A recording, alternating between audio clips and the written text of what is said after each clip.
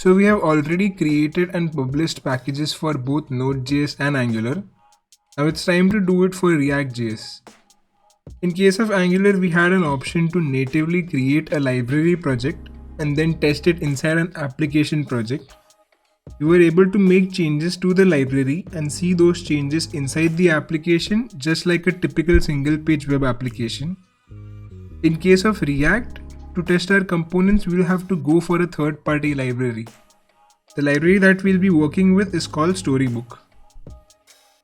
Storybook provides us with an environment where we can create our components in isolation with change detection like your typical single page application. It also provides a clean user interface to test different variants of your component. You'll see what I mean by variants once we start working with Storybook. Before that, we'll need to set up a React skeleton. Now, since we are not creating a React application, we won't be using create React app. Instead, we'll create this component from scratch. So I have this empty directory over here. Inside this directory, I'll simply type in npm init y. It will create a basic package for me with a package.json file. Now we need to install a few dependencies. We'll have to install React and React DOM to create our components UI and interact with the DOM. I'm also adding TypeScript and type declarations for React to use static type checking. You can skip TypeScript if you want to. Now, since we are building a React component, we also need to add React and React DOM as our peer dependencies. This will basically ensure that the consumer application of this package is going to be a React application. So if at all you are trying to install this package in your project, it will give you a warning first to install the peer dependencies. So I'll just add an extra key right below my dependencies.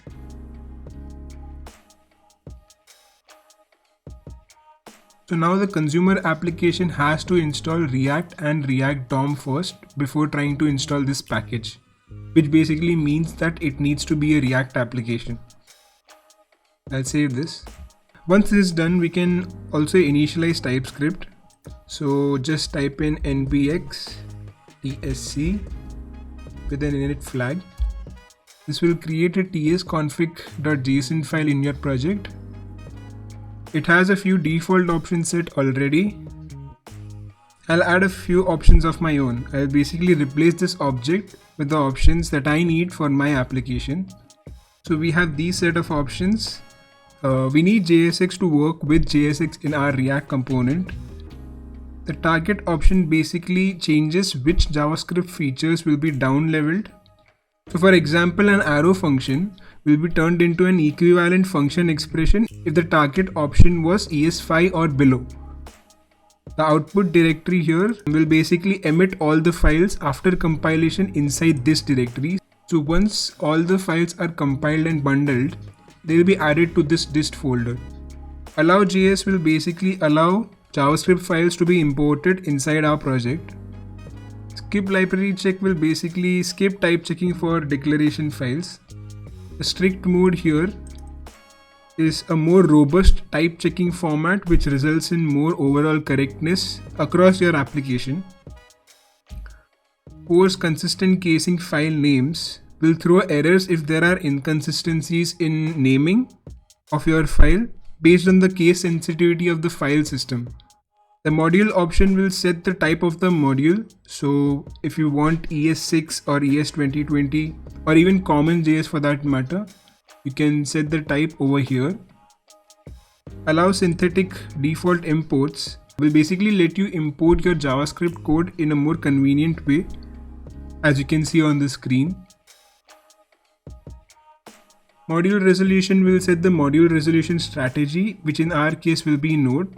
There are just two options, Node or Classic. So for our example, it will be Node. The declaration option will basically generate d.ts files for every TypeScript and JavaScript file that we have inside our project.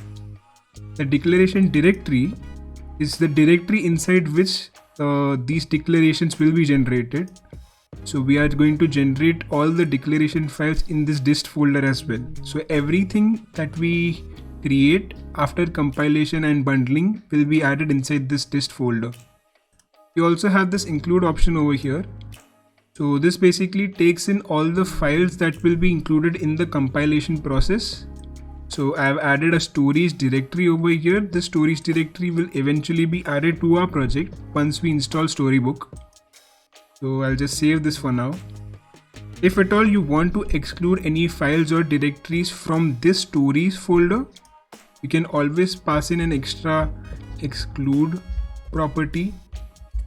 So you can pass in specific files or folders that you want to exclude from the compilation process from this stories folder that we have included over here. Now we can move on to Storybook. To initialize Storybook, we'll need to type in the following command. So npx sb init. This command would not work inside an empty project. It looks inside your project dependencies and makes a calculated guess about the type of the project. So in this case, since it's a React project, it will add all the configurations that you need specific to React. Okay, so this has been installed now. So now if I go back to my package.json file, I'll see a few extra things over here. I have a set of dependencies that have been added by Storybook. Then I also have these scripts over here. The Storybook script will basically run our Storybook server on port 6006. There's also this build Storybook script which will basically create a bundle for our Storybook components. Now if I go back to my terminal, I'll clear this first and run npm Storybook. Before actually running this, there's also two new folders that have been added to the project. The Storybook folder will have default Storybook configuration setup inside this file. We don't need to make any changes for our application. There's also the stories directory. Inside the stories directory, you'll find some dummy stories that you can test out. So now that we have ran the live server for our stories, we can just go to our browser. We'll find this interactive UI provided by Storybook. This will have all the dummy components that you see inside the stories folder.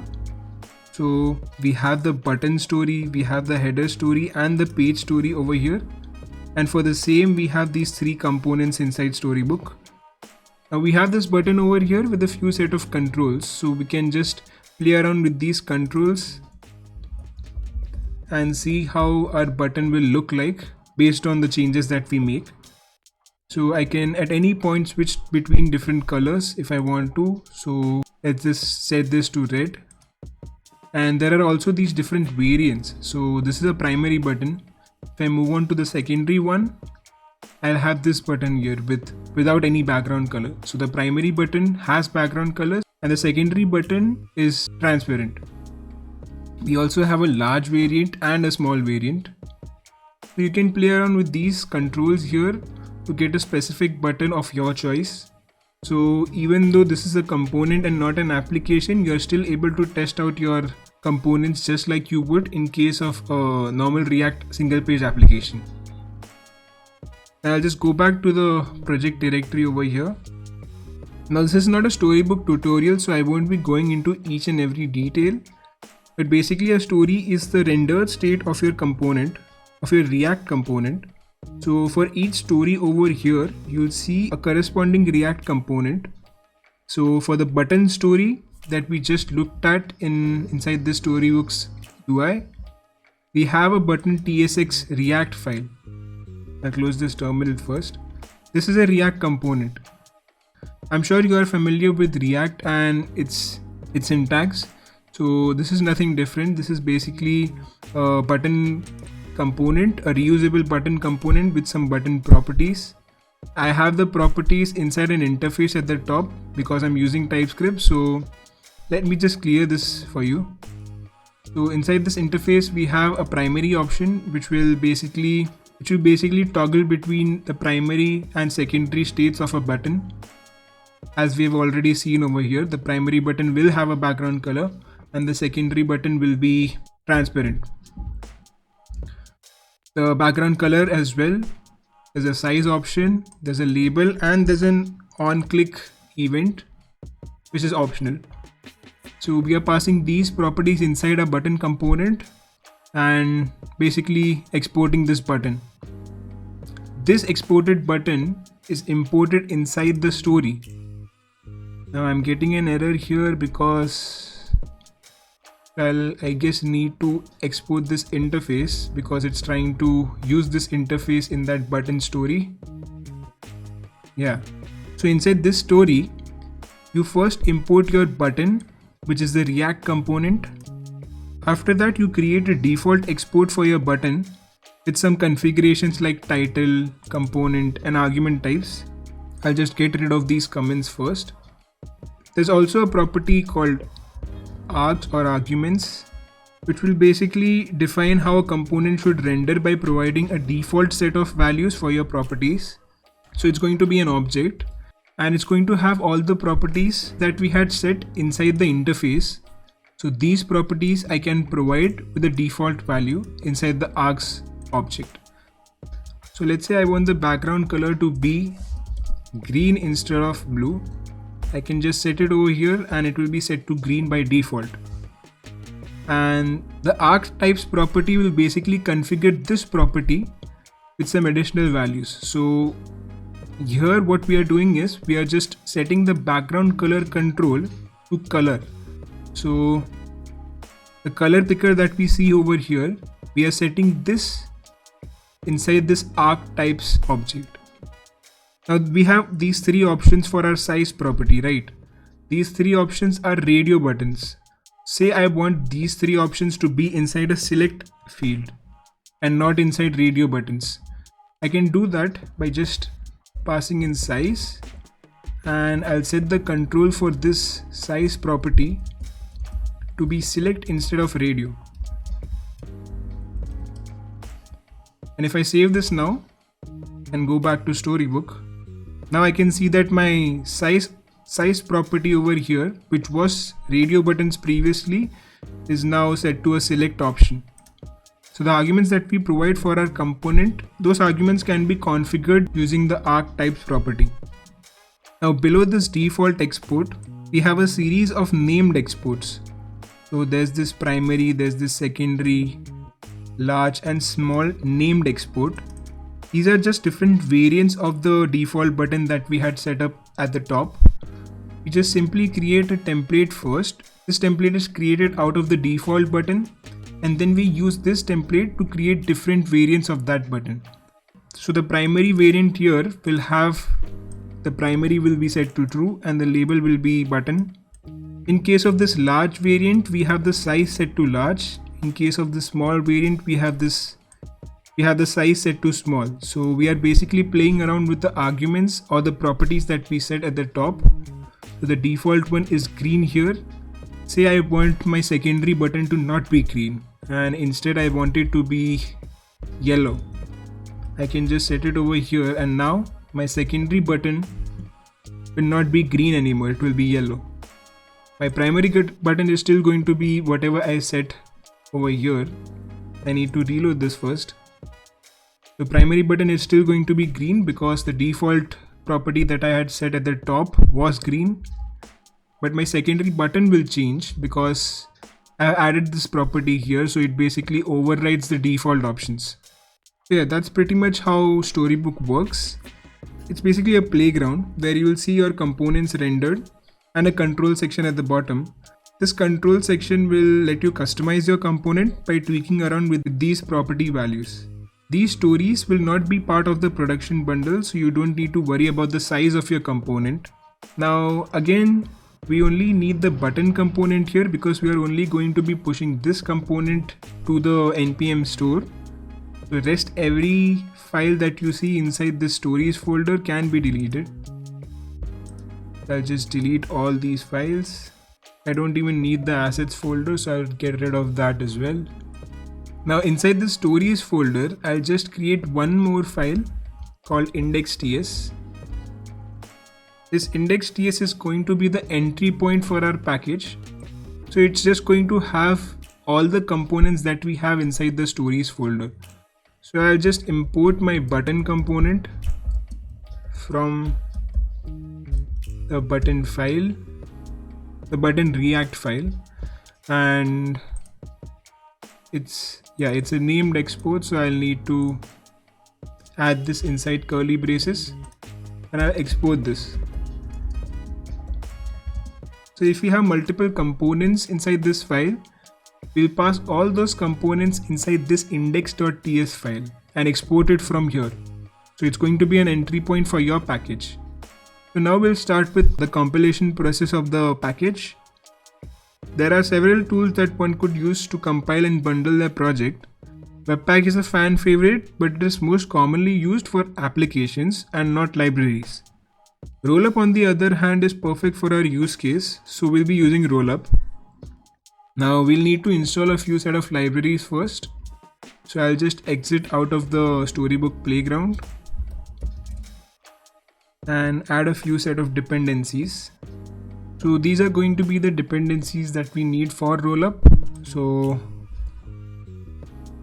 I'll go through them quickly once they are installed. Okay, so this is done. I'll go back to package.json, and inside these we have the new dependencies. So the first one that we installed was Rollup. Rollup is going to be the main bundler library. So this is what we'll be using to bundle our application. Then we have this peer dependencies external plugin.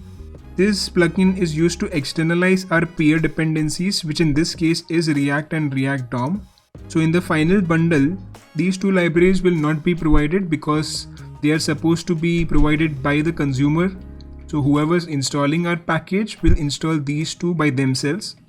So this plugin basically excludes these two peer dependencies from the bundle. So it basically reduces the bundle size for us. Then we have this post CSS plugin, which goes in hand with the post CSS library. We need these two to include the CSS that we have created as separate files in our bundle. So it basically generates a minified CSS version for the CSS files that we have included inside our project.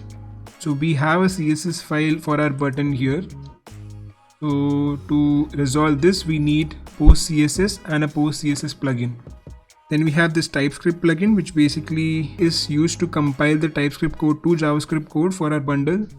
Then this Uglify. So Uglify is just going to minify our final bundle. So instead of having a human readable version of our script like this, the Uglify plugin will basically minify your file. So it will remove all the spaces and it will just be a single line. So it again reduces the bundle size quite significantly. Then we have this plugin for Babel. This basically integrates with the Bagel configuration that we already have present inside our project. Then there's this node resolve plugin, which is used to locate any third-party modules that we have inside our project. Now in this case we don't have any third-party modules. We don't really need this for now, but in the future we might add some extra packages to this project, so we'll still keep it installed inside our project. Yeah, that's pretty much it. So once these plugins and dependencies have been installed, now inside your root directory you'll need to create a config file for Rollup. So rollup.config.js.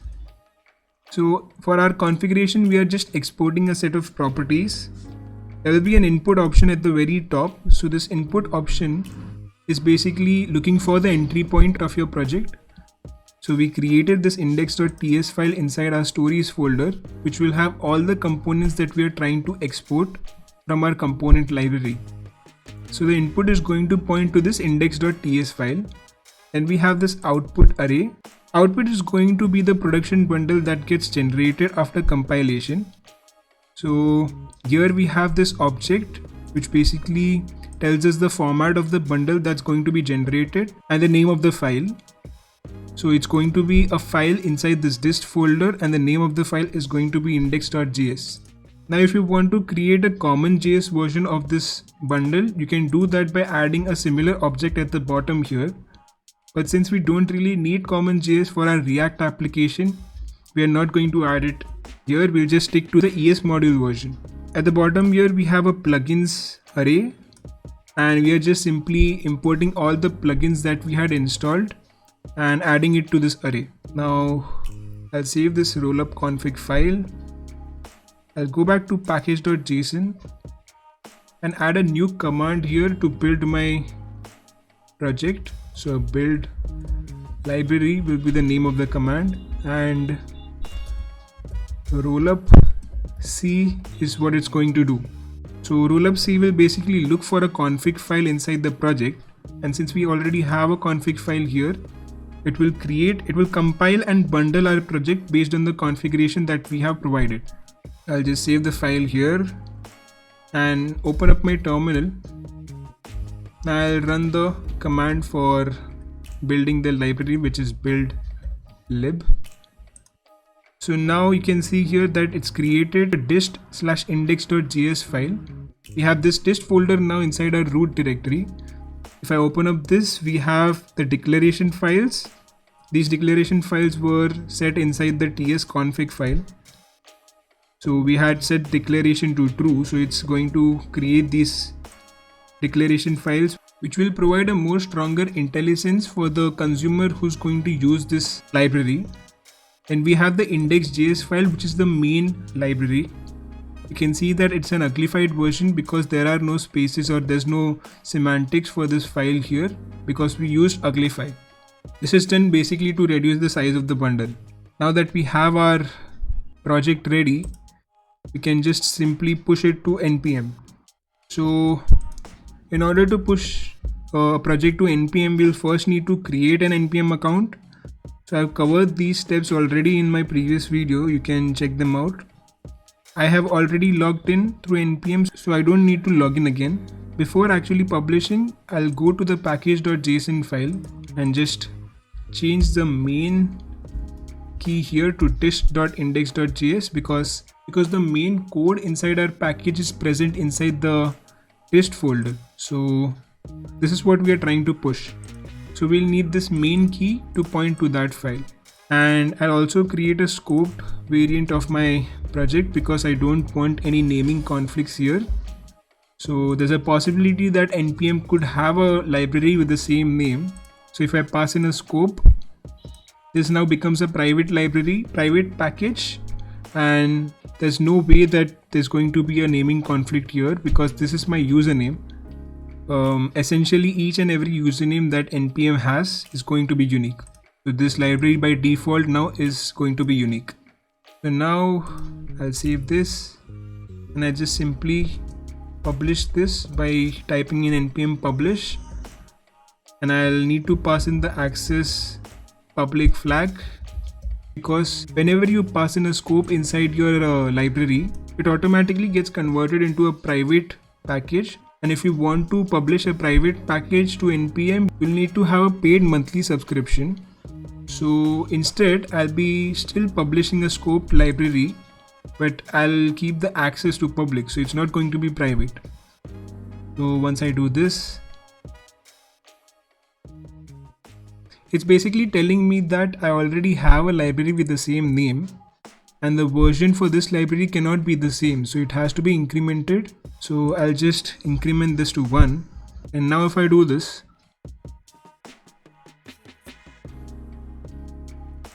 now I get a success message here saying that my component has been published. If I go to npm inside my browser, I'll be able to see the component that I just created. So I successfully have published my React component to the npm store. Now I already have a demo React project. So what we'll do is we'll just try to import this package inside that React project. Now this demo project is a basic React application created using create React app. It's the basic skeleton of a React application. I have not changed anything inside this. Inside my package.json file, I don't have any extra dependencies other than React, React DOM and React scripts. So I'll install my newly created package inside this React application. So I'll just copy my library name from here and install it in this application. Okay, so this has been installed and I have my package over here with the version 1.0.1. I'll go to app.js. I'll remove everything inside this app and just add my button component which is being imported from my library, and I'll be passing in some properties here. Before actually passing in any property, I'll just run this project. So I have this button over here with no label, no background, no nothing, but it has a border radius here. So this basically means that my library is working fine. So now I can pass in the properties that I had for my button component. So if you remember, there was a primary option which was supposed to be boolean. So I can just set this to true now and save this. So it will now be blue because primary button by default was blue. Now I'll just add a label saying hello world. So yeah, hello world is also being rendered properly, so my component is working fine. So yeah, that's pretty much it. We have used Storybook to test out our React component. We also use Rollup to bundle our component into a production variant and then push it to the NPM store. And at the end, we have also successfully imported this button package from NPM and used it inside a typical React application. So yeah, if you have any doubts or suggestions, you can put them in the comments. This video is part of a playlist wherein we created a Node package, a Node.js package, an Angular package, and now eventually we have created a React package, so you can check out those videos as well. And yeah, I'll see you in the next one.